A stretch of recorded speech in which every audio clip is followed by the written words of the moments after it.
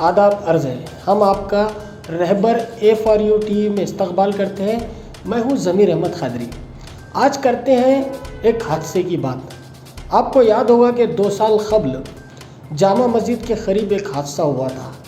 एक मोपेड पे एक दोशीज़ा को एक पुलिस सब इंस्पेक्टर ने टक्कर मार दी थी कार के ज़रिए, जिसके बाद उस दोशीज़ा की मौत वाक़ई हो गई थी। आपको याद होगा कि आरिफ कॉलोनी की साकिन आकिफ़ा महरीन इस बच्ची का नाम था, जो 11वीं जमात की तालिब इल्म थी, साइंस मीडियम से तालीम हासिल करती थी। ये हादसा 23 अप्रैल 2019 को पेश आया था। इस हादसे में उस दोशीज़ा को शदीद चोटें आई थी। ख़ास तौर पर उसके दिमाग में मार लगने से उसे अस्पताल में शरीक किया गया।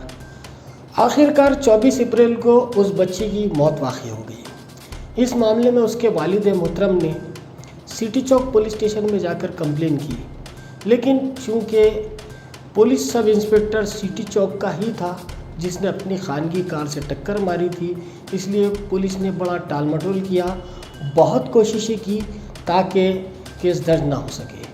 आखिरकार बहुत ज़िद करने पर उसके वालिद मोहतरम की पुलिस ने केस तो दर्ज किया, लेकिन उसमें ये तहरीर कर दिया कि ये एक इत्तेफाकी मौत थी, एक हादसा था और इसमें आरोपी अब तक नहीं मिला। किसने ये हादसा किया इस बात का इल्म नहीं है। इस मामले की तहकीकात खटाने ने की। खटाने ने बहुत कोशिश की कि किसी तरह पुलिस सब इंस्पेक्टर संतोष पाठी को बचाया जा सके, और उसने अपनी तहकीकात में ये क्लियर कर दिया कि ये हादसा था जिसका मुलजिम अभी तक नहीं मिला।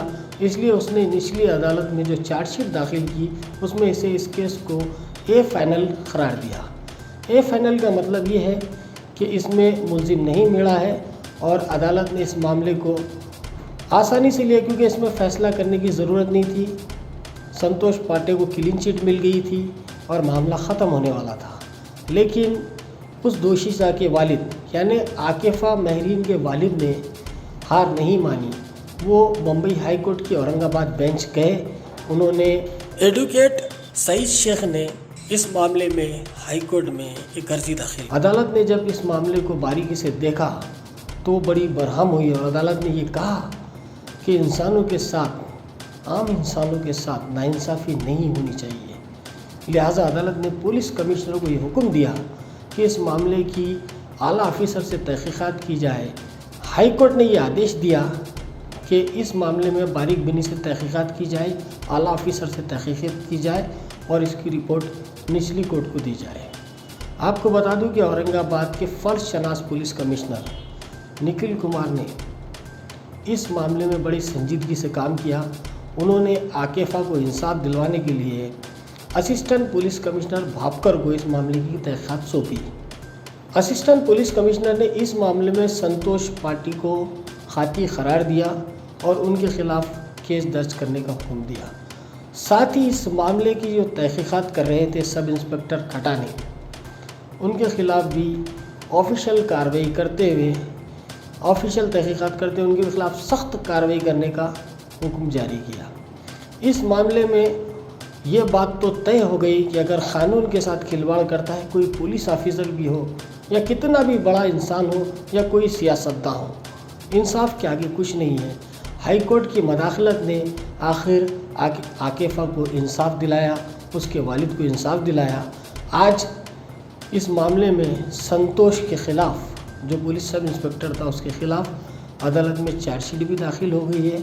अदालत इस मामले को देख रही है और हमें उम्मीद है कि अदालत आकिफ़ा की मौत और उसके हादसे में जो नुकसान हुआ और जो जानी नुकसान हुआ उस पर अपना फ़ैसला करेगी और खातियों को सख्त से सख्त सज़ा देगी।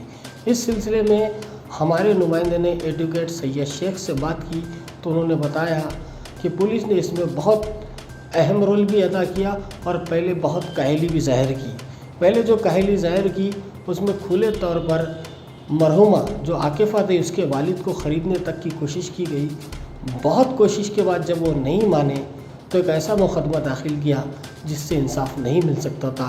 आखिर हाई कोर्ट ने इसमें मदाखलत की और आकिफ़ा को इंसाफ मिला।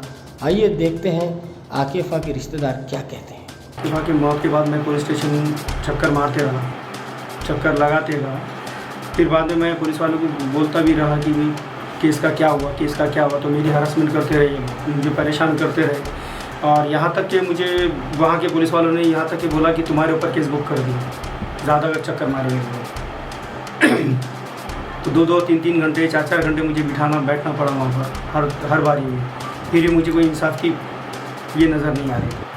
1.5 साल के चक्कर मारने के बावजूद भी मुझे इंसाफ नहीं मिला था। उसके बाद मैं एडवोकेट शेख साहब के पास जाके उनसे रब्ता करके डायरेक्टली हाई कोर्ट में पिटीशन दाखिल कर की। इस पूरे मामले में मुझे कई सारी परेशानियों का सामना करना पड़ा, कई सारी दिक्कतें आई, पर इसमें मेरी जो हिम्मत बांधे रखी, इसमें मुस्लिम ही नहीं बल्कि गैर मुस्लिम भाई भी है, जिसमें दलित, हिंदू, ये भाइयों ने भी मेरी हौसला अफजाई की, इसमें मेरी मदद की और मुझे इस केस में बने रहने दिया। और बने रहने के बाद मेरी हिम्मत को टूटने नहीं दी। आज जो फैसला आया है, इससे तो मेरी बच्ची वापस तो नहीं आ सकती है, पर एक दिली सुकून ये महसूस करता हूँ कि इंसाफ मिलने की उम्मीद है। 22 अप्रैल 2019 को दोपहर के 2 बजे के आसपास हम वहाँ से गुजर रहे थे। तभी अचानक संतोष पाटे आरोपी संतोष पाटे की कार आई, उस आकिफा मेहरीन को डैश दिया। आकिफा मेहरीन डैश लगने की वजह से सड़क पर गिर गई। संतोष पाटे ने, और गिरने के बाद उसको ज़्यादा चोट नहीं आई।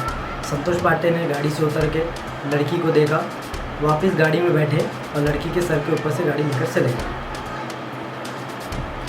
फिर उसके बाद दवाखाना, उसके बाद हमने बच्ची को उठाए, हमारी गाड़ी में डालकर उसको घाटी हॉस्पिटल लेकर गए। घाटी हॉस्पिटल लेकर जाने के बाद हमने एडमिट किए, फैमिली को फ़ोन किए। फिर उसके बाद पता चला दूसरे दिन पेपर में कि दौरान इलाज बच्ची की डेथ हो गई। आज माननीय हाई कोर्ट के फैसला आने के बाद, आकिफा मेहरीन के मामले में आज फैसला आने के बाद इस बात की उम्मीद जाग गई है कि कानून ज़िंदा है और इंसाफ ज़िंदा है, लेकिन इसके लिए लड़ाई लड़ना पड़ती है।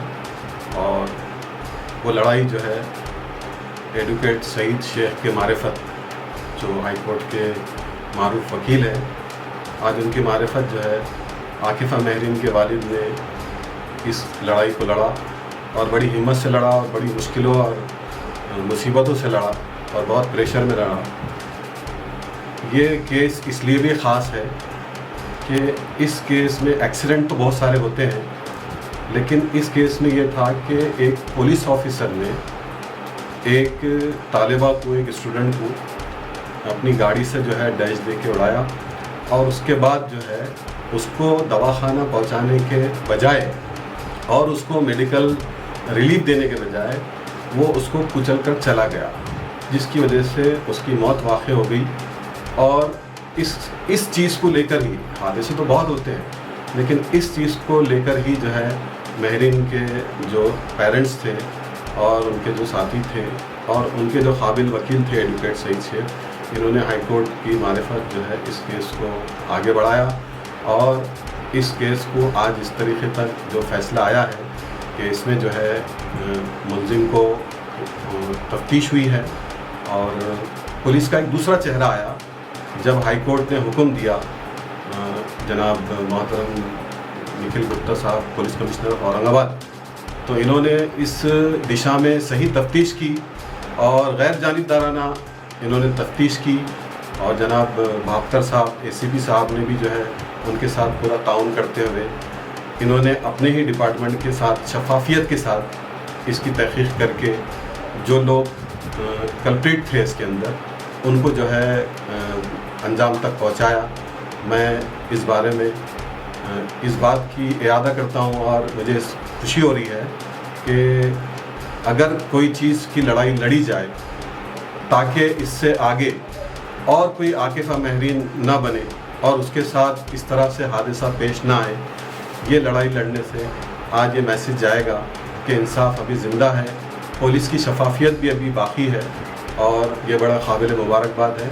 मैं इसमें तमाम लोग जिन्होंने इसमें ये लड़ाई में हिस्सा लिया, इसमें जो चश्मदीद गवाह थे उनको भी मुबारकबाद देता हूँ और जो आकिफा मेहरीन के वालिद हैं मैं उनको भी मुबारकबाद देता हूँ। और मैं सबसे ज़्यादा प्रशंसा करता हूँ एडवोकेट सईद शेख की, जिन्होंने इस केस में अपनी पूरी काबिलियत को बताते हुए इस केस को जो है अंजाम तक पहुँचाया। बहुत बहुत शुक्रिया। ये थी आकिफ़ा की स्टोरी। कल फिर मुलाकात होगी एक नई कहानी के साथ। मैं हूँ ज़मीर अहमद खादरी। खुदा हाफिज़। जय हिंद।